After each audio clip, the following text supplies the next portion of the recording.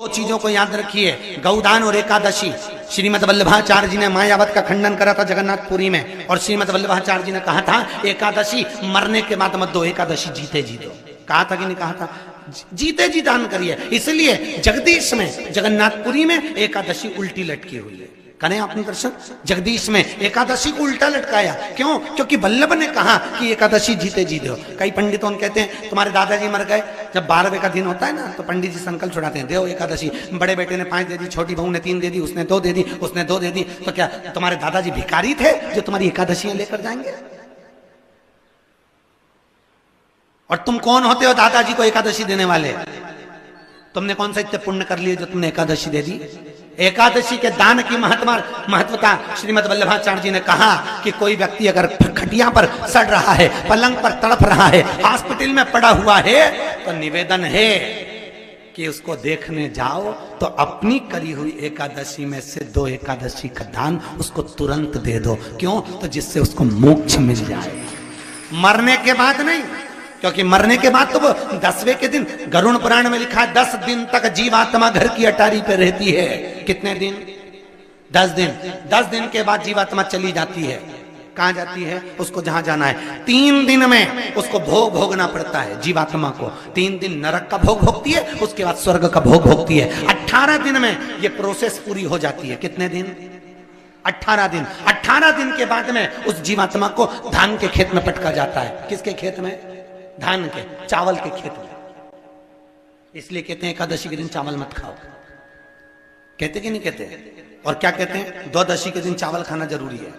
एकादशी का पालना करना है तो द्वादशी को चावल का 1 गिलास खाओ, तब द्वादशी को चावल खाओगे तो एकादशी लगेगी। चावल नहीं खाओगे तो एकादशी नहीं लगेगी। द्वादशी को चावल खाना जरूरी है। क्यों कहते हैं? क्योंकि धान के खेत में जीव को छोड़ा जाता है, उस धान के खेत में, चावल के खेत में जीवात्मा रहती है। उसको चिड़िया खाती है तो चिड़िया के रूप में जन्म लेता है, मनुष्य खाता है तो मनुष्य के रूप में जन्म लेता है। इसलिए एकादशी के दिन चावल नहीं खाया जाता, क्योंकि एकादशी के दिन हम चावल खाएंगे तो जीव हत्या का दोष लग जाएगा। फिर कब खाना है? द्वादशी के दिन। द्वादशी के दिन क्यों खाया जाता है? क्योंकि हम एकादशी के व्रत करे रहते हैं, और पहला घासा जब चावल का खाते हैं तो अपनी करी हुई एकादशी का पुण्य जितने जीव हमारे मुंह में जाते हैं उनको उसका पुण्य मिल जाता है, और उनका फिर जन्म नहीं होता, वो तर जाते हैं, उनको एकादशी का भाग मिल जाता है। इसलिए कहते हैं एकादशी को चावल मत खाओ, पर द्वादशी को। एकादशी के दिन जब आप जल शंकर को चढ़ाने तो रोज ही जाते हैं। जब एकादशी का दिन रहे और शंकर जी के मंदिर में आप जल समर्पित करें तो 3 बार मुख से स्वधा स्वधा स्वधा या स्वधा स्तोत्र का पाठ, जिसमें 12 श्लोक।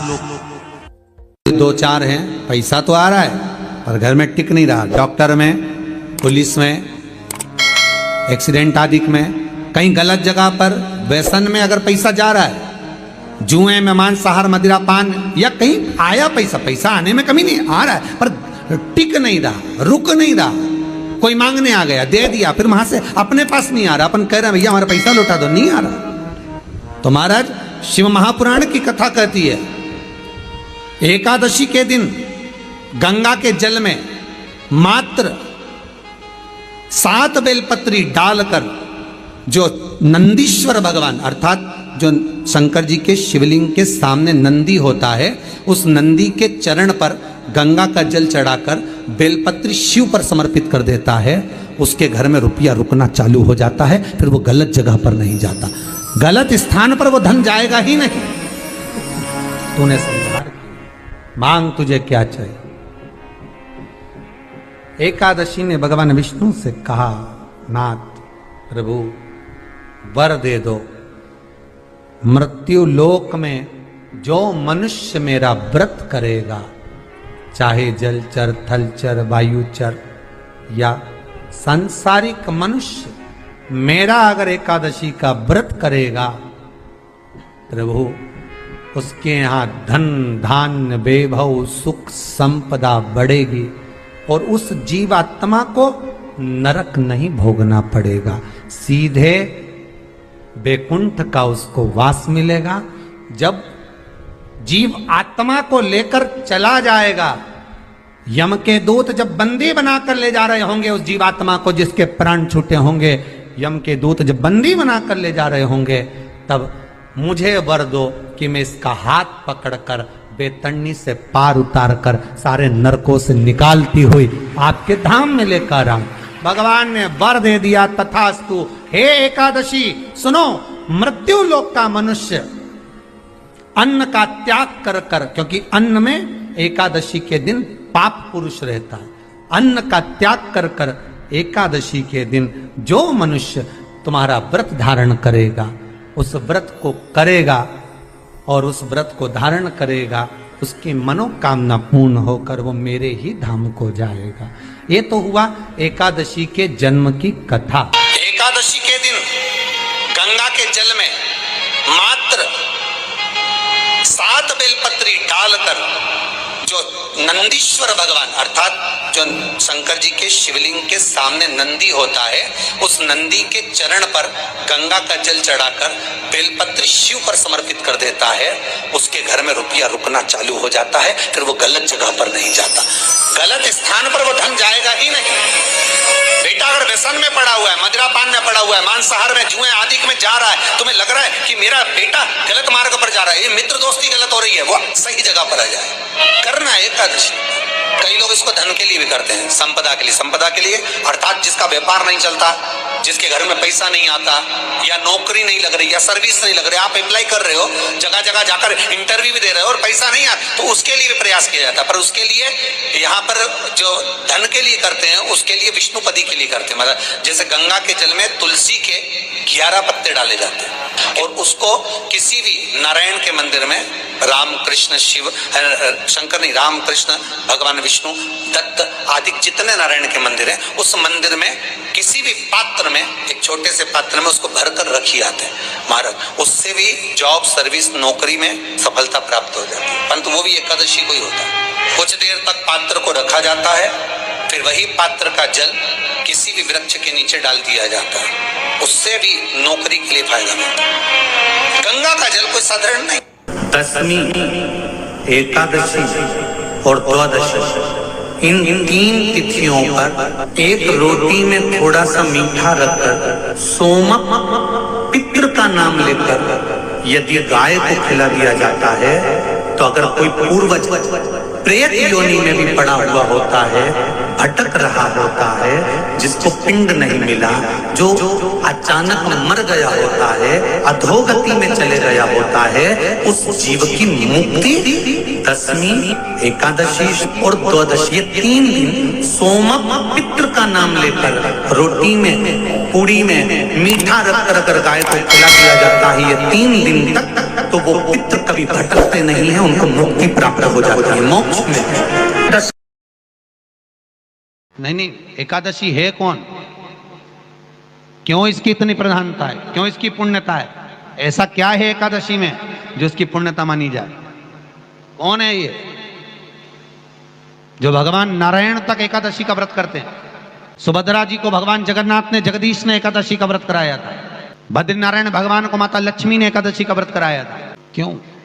चंद्रायण एकादशी व्रत की माता। एकादशी है कौन? तो कहा जिसको व्रत करने पर भगवान नारायण भी जिसका व्रत करते हो, भगवान माता लक्ष्मी जिसका व्रत करती हो, वो एकादशी है कौन? तो शास्त्र वर्णन करता है महाराज, स्कंद पुराण का सुंदर चातुर्मास्य खंड के अंतर्गत वर्णन आया है महाराज। एक बार भगवान विष्णु आनंद में विराजमान थे, पद्मावती और माता लक्ष्मी दोनों उनके पास में विराजी हुई थी।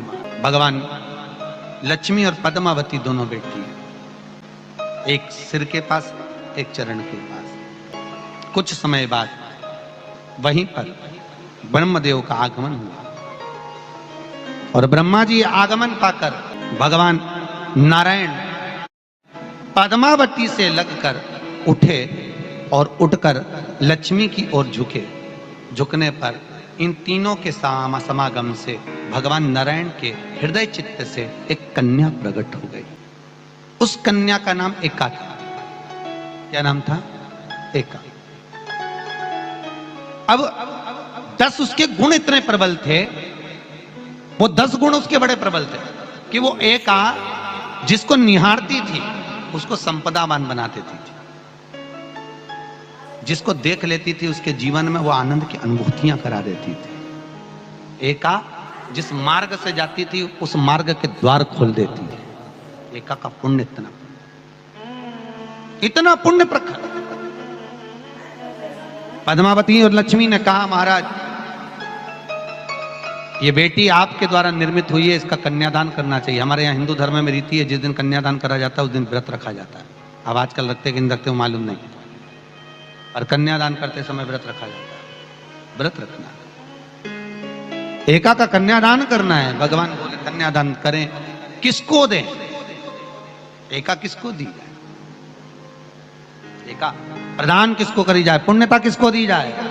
भगवान नारायण ने उसी समय लक्ष्मी और पद्मा से पूछा, तुम एकादशी के दिन जब आप जल शंकर को चढ़ाने तो रोज ही जाते, जब एकादशी का दिन रहे और शंकर जी के मंदिर में आप जल समर्पित करें तो 3 बार मुख से स्वधा स्वधा स्वधा या स्वधा स्तोत्र का पाठ, जिसमें 12 श्लोक। 2-4 हैं, पैसा तो आ रहा है पर घर में टिक नहीं रहा। डॉक्टर में, पुलिस में, एक्सीडेंट आदि में, कहीं गलत जगह पर, व्यसन में अगर पैसा जा रहा है, जुए में, मांसाहार, मदिरा पान, या कहीं आया पैसा, पैसा आने में कमी नहीं, आ रहा है पर टिक नहीं रहा, रुक नहीं रहा।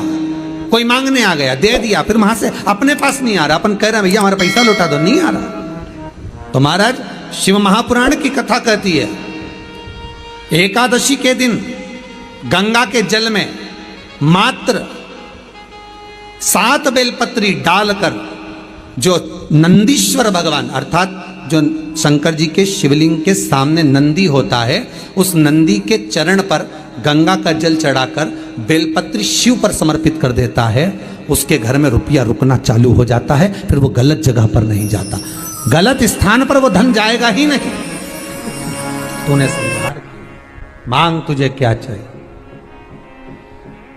एकादशी ने भगवान विष्णु से कहा, नाथ प्रभु वर दे दो, मृत्यु लोक में जो मनुष्य मेरा व्रत करेगा, चाहे जलचर, थलचर, वायुचर या सांसारिक मनुष्य, मेरा अगर एकादशी का व्रत करेगा, प्रभु उसके यहाँ धन धान्य वैभव सुख संपदा बढ़ेगी और उस जीवात्मा को नरक नहीं भोगना पड़ेगा, सीधे वैकुंठ का उसको वास मिलेगा।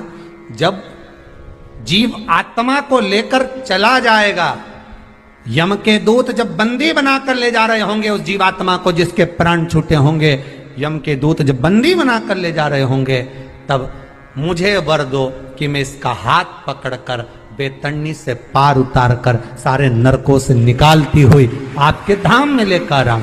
भगवान ने वर दे दिया, तथास्तु। हे एकादशी सुनो, मृत्यु लोक का मनुष्य अन्न का त्याग कर कर, क्योंकि अन्न में एकादशी के दिन पाप पुरुष रहता है, अन्न का त्याग कर कर एकादशी के दिन जो मनुष्य तुम्हारा व्रत धारण करेगा, उस व्रत को करेगा और उस व्रत को धारण करेगा, उसकी मनोकामना पूर्ण होकर वो मेरे ही धाम को जाएगा।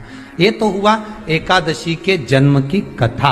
एकादशी के दिन गंगा के जल में मात्र 7 बेलपत्री डालकर जो नंदीश्वर भगवान अर्थात जो शंकर जी के शिवलिंग के सामने नंदी होता है, उस नंदी के चरण पर गंगा का जल चढ़ाकर बेलपत्री शिव पर समर्पित कर देता है, उसके घर में रुपया रुकना चालू हो जाता है। फिर वो गलत जगह पर नहीं जाता, गलत स्थान पर वो धन जाएगा ही नहीं।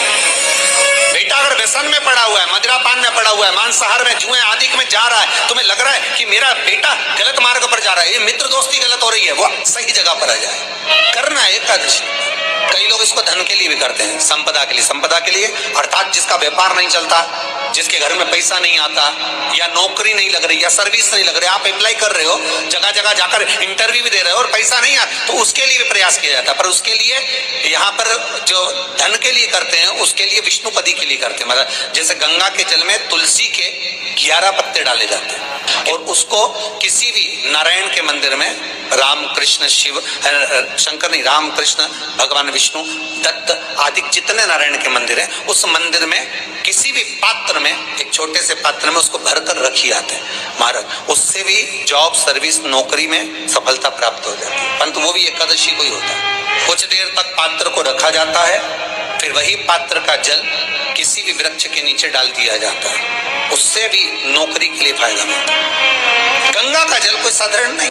दशमी, एकादशी और द्वादशी, इन 3 तिथियों पर एक रोटी में थोड़ा सा मीठा रखकर सोमक पितृ का नाम लेकर यदि गाय को खिला दिया जाता है, तो अगर कोई पूर्वज प्रेत योनि में भी पड़ा हुआ होता है, भटक रहा होता है, जिसको पिंड नहीं मिला, जो अचानक मर गया होता है, अधोगति में चले गया होता है, उस जीव की मुक्ति दशमी, एकादशी और द्वादशी, ये 3 दिन सोमक पितृ का नाम लेकर रोटी में, पूड़ी में मीठा रखकर अगर गाय को खिला दिया जाता है, ये 3 दिन तक, तो वो पितृ कभी भटकते नहीं है, उनको मुक्ति प्राप्त हो जाती है, मोक्ष में।